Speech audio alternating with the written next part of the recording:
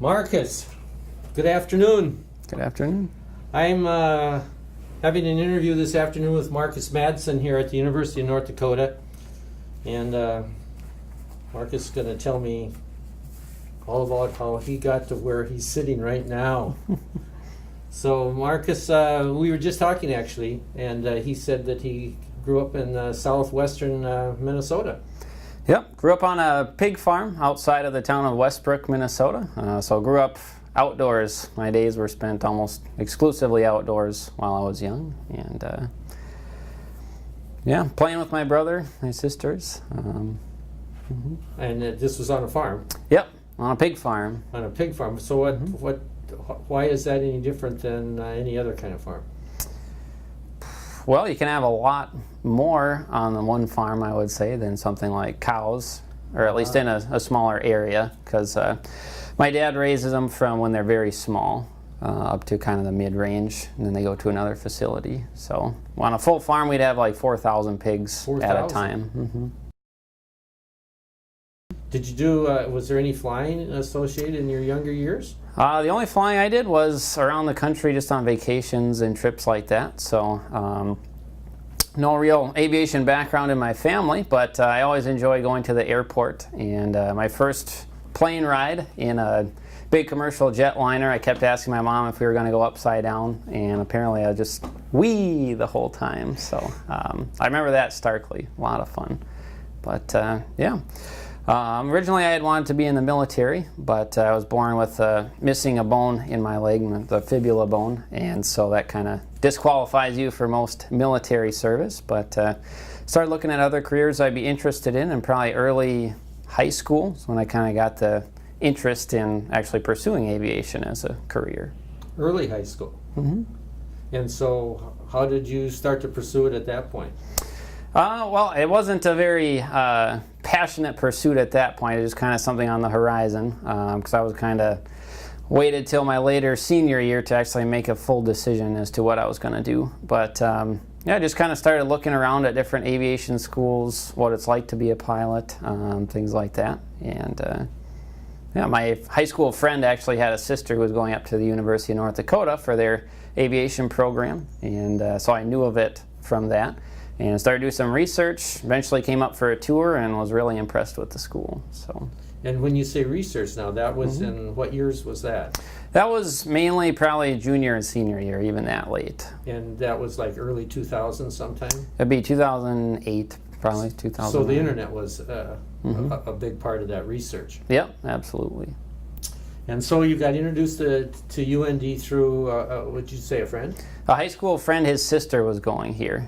So I kind of put it at the top of the search list, and then just looking around at other schools. You know, UND was, for me, it was close to home, which was an important thing, you know, or fairly close to home. Let's see. Had a great reputation. I looked up just, you know, lots of great things to say about UND. And then I came up for my visit, and I was sold after that point. So. And what time of year did you come up for that visit? I came up in April, so I kind of hit it between the terribly cold months. But the Red River was not overflowing then either. Not that year, I guess. Right. So, yeah, pretty interesting transition. It was pretty difficult starting out. Was it? Yep, just kind of focusing on all the things you'd have to learn eventually. It was a bit overwhelming, but just took it one day at a time, and made it. Coming with no hours whatsoever, any flying background whatsoever, how many of the kids of your peers in your freshman class, for example, were like you, and how many were maybe at some sort of training before then, private or whatever? As far as no training versus a little training, I'm not really sure on that, but I knew I think there was just one person in my class who was already fully certified private pilot. So the majority of us were newbies to it. Totally new. So you're all pretty much on the same playing field. Well, there's a course that you take starting out if you're already a private pilot, but it's a much shorter course. It's 7 total lessons, and there's a few briefings in there, so it's not that much flight time. It's just kind of getting students used to the UND airplanes and the procedures. It's all very procedural versus what they've been doing elsewhere. Just kind of go up and buzz around the area and come down. Sure. So the progress through, what stage of your college career are you in right now? I graduated last December, so I've been graduated for, let's see, actually just over, or just under a year rather. Yep. Yeah, the course is kind of lined out so that you have your private pilot after the first semester, but you know, with weather and motivation and other factors like that, a lot of students take a little bit longer than that. I myself took a little bit longer than that. I went into the next semester probably 2 weeks or so, just finishing that up. But and then how does the syllabus work from that point on then? If you were sort of set up to get to your private in the first semester, then how do you progress through the commercial instrument, multi-engine that? Right, so if you get behind in the flight course, usually depending on your progress, they allow you to, if you're done by a certain deadline, you can still stay in the next course so you don't get behind. If you're just way behind, then you have to take it a later semester after that. But yeah, after that, you know, you start your commercial training with some instrument, and then a couple more courses to finish that up, and after the multi-engine course is when you actually get your full instrument certification and commercial pilot certification as well. And that occurs in like what year of college? Usually it's the first part of the junior year that you finish all that up. And then the second part is the flight instructor course. So by the time you're through your junior year, you're a CFI? Yep. So your entire senior year can be done as an instructor? Yeah, you can work part-time at the airport. Usually if you get hired, they start you out with a low student load at that point because a full-time student and a full-time instructor would be pretty chaotic. So I started out with, I think, 1 or 2 students.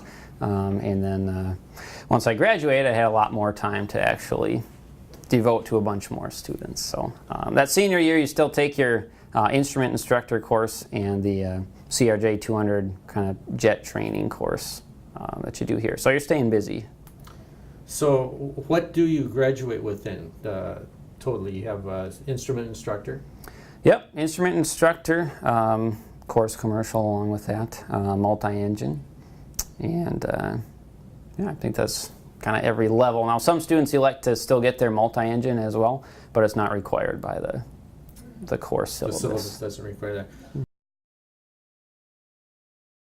And then what kind of total hours do you end up usually when you graduate? It varies largely depending on how long different people took for the different courses and how much they instruct. I myself graduated with around 250 hours. And I did mine on kind of the efficient side, so some people may have more than that. Sure. But, And so that was roughly a year ago. Yep. And you've been instructing ever since. So what are we looking at for total logbook time now? I've got just a little under 600. A little under So, 600. Yep, it's that first year that I was instructing almost, you know, while I was still in school. I was part-time, so I didn't get a whole lot of hours, but basically starting in this January is when things really picked up. I got a big student load and I'm getting a lot of hours since then. Let's see, I certainly don't fly as much as some people do, but I'm probably getting, boy, that's a good question, monthly. I'd probably say somewhere in the neighborhood of 70 flight hours a month. So 2 to 3 hours a day on a Yeah. monthly average. Yeah. Like, so good. So you're at what did you say, 600 hours right now? Just a little bit under. And well, what are we looking at for a future now? We're at 600 hours, and Right. what's looking good out there in front of you? Well, my plan is to go to the airlines. Okay. Certainly a major, my end goal. But at this time, it's building up. Looking at the regionals, I'm kind of liking looking at Compass Airlines. They seem intriguing to me. And yeah, I got some friends that are going there at this point as well. So, Compass? Yep, to Compass. Is that what makes it intriguing, or what else? Well, it's intriguing because I do have some friends there, but I was intrigued before that because at like a career fair that they had here, I talked to some of the Compass people, and they kind of made it very intriguing. They said it was kind of a smaller, almost more family type atmosphere airline rather than being a cog in a wheel, which I like the sound of. Also, they have bases. Well, one of their bases is in the Twin Cities area, and I'd really like to be based out of there, as that's close to my family and my wife's family as well. And then they are also affiliated with Delta Airlines, which from the beginning I kind of like the idea of flying for Delta. Kind of an iconic carrier to me. Anything else other than iconic that Delta tweaks your interest? Well, I guess more of a nerdy thing would be I'm pretty into the military special ops stuff, and Delta Force. They share the same name, but that's not a big factor. Also, they fly 747s, which is my dream airplane to fly. Who knows if they'll still fly them by the time I get there, but hopefully.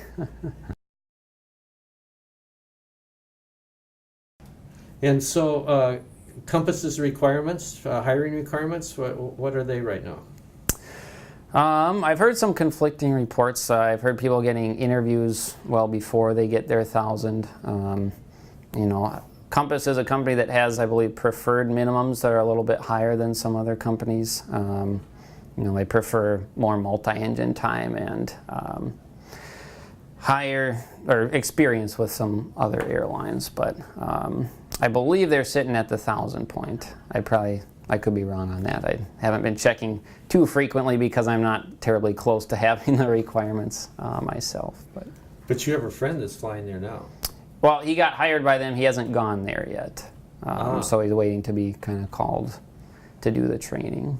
And how is that working for them? Do they interview and then they give you a slot in a month, or how does that work? Yeah, I guess he interviewed and he was told once he got hired that he would have a slot later in the year, either November or December.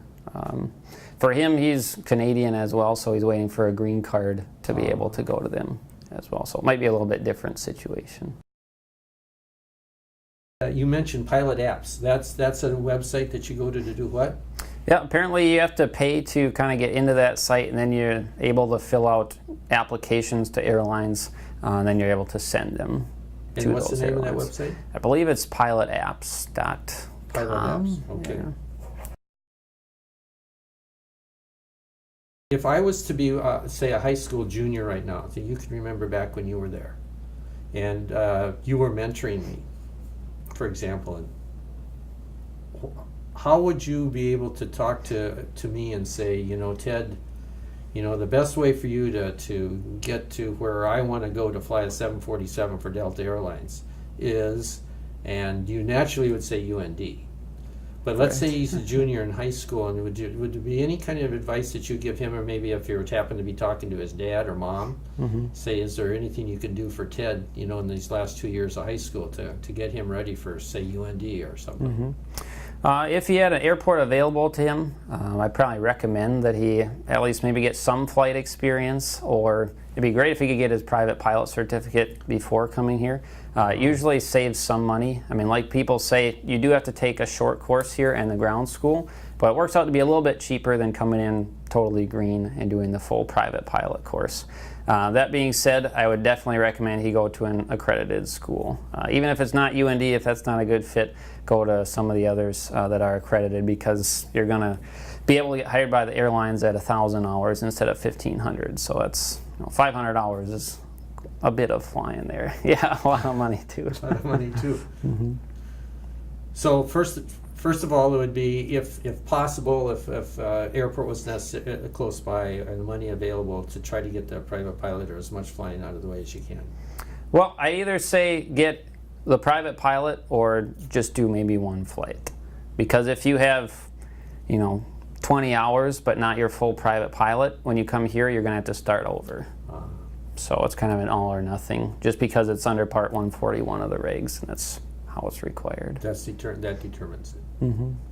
Okay. Yeah, that's good advice, I think. I did. That first semester is the one that you got to get over, because it's, that you're starting from the ground up, and it's a lot of information, lots of studying and hard work. But once you get over that first hump, you kind of have a good base, then it's a little bit easier from there. Like first course for me, difficulty scale was way up there. Second course, I was able to kind of start enjoying it at that point, because the first one was just kind of a grind.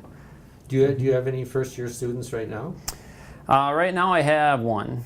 Just one. But my past semester, that's basically all I had been teaching. So this is kind of my first semester where I'm teaching the higher level students, just by how it worked out. Because I mean, I've been qualified to teach those earlier as well. But, Were any of those kids having any kind of problems, adjusting and everything? Yep, there are always struggles with different types of students. Everyone's a little bit different. So luckily there is certain types of flexibility in the training course. For reviewing lessons, and maybe, you're struggling with something, jump in a simulator, do it a little bit more efficiently and less money, and then get back in the airplane and figure some of that stuff out. But are all the simulators out at the airport? Or? Nope, they're actually on campus over in Ryan Hall. I'm sure you'll see them on the tour. We got a number of simulators, and then downstairs in this building we have a tutor lab that CFI is sitting there with a couple different sims, and it's all volunteer time. So students can go in there and practice for free. UND sets them up for success in that you can do observation flights for free as well. So if I want to observe new instrument procedures as a student, that's a lot of stuff you're having to learn. I can go sit in the back of an airplane, listen to the radios, follow along with everything, and not have to worry about flying the controls that way. And so that's a nice asset as well. So you can ride along with the instructor and the student up in front and just observe. Yep, exactly. You can do it for learning purposes. You can do it for fun on some of the different airplanes or helicopters that you might not really be flying at that point. So. So are all the airplanes 172s? Nope. I believe we have around 60 172s. We got a bunch of Piper Seminoles twins. Got a couple aerobatics airplanes, American Champion Super Decathlons. We have a number of helicopters. Let's see, you got a Cessna Citation Weather Research Jet, a couple King Airs, a couple Piper Arrows. Pretty big variety. Yeah. Which ones are you qualified to fly in? To teach in just the Cessna at this point, because I don't have my multi-engine or anything like that. I've flown 4 different airplanes that we do have, 4 different models, essentially. But I'm a Cessna guy at this point. That's a lot of airplanes out there, though. Yeah, it's over 100 total that we have. So. Yeah. If I had to do it all over, I'd come back here again. So. Yeah. No doubt in your mind. Nope, no doubt at all. No doubt at all.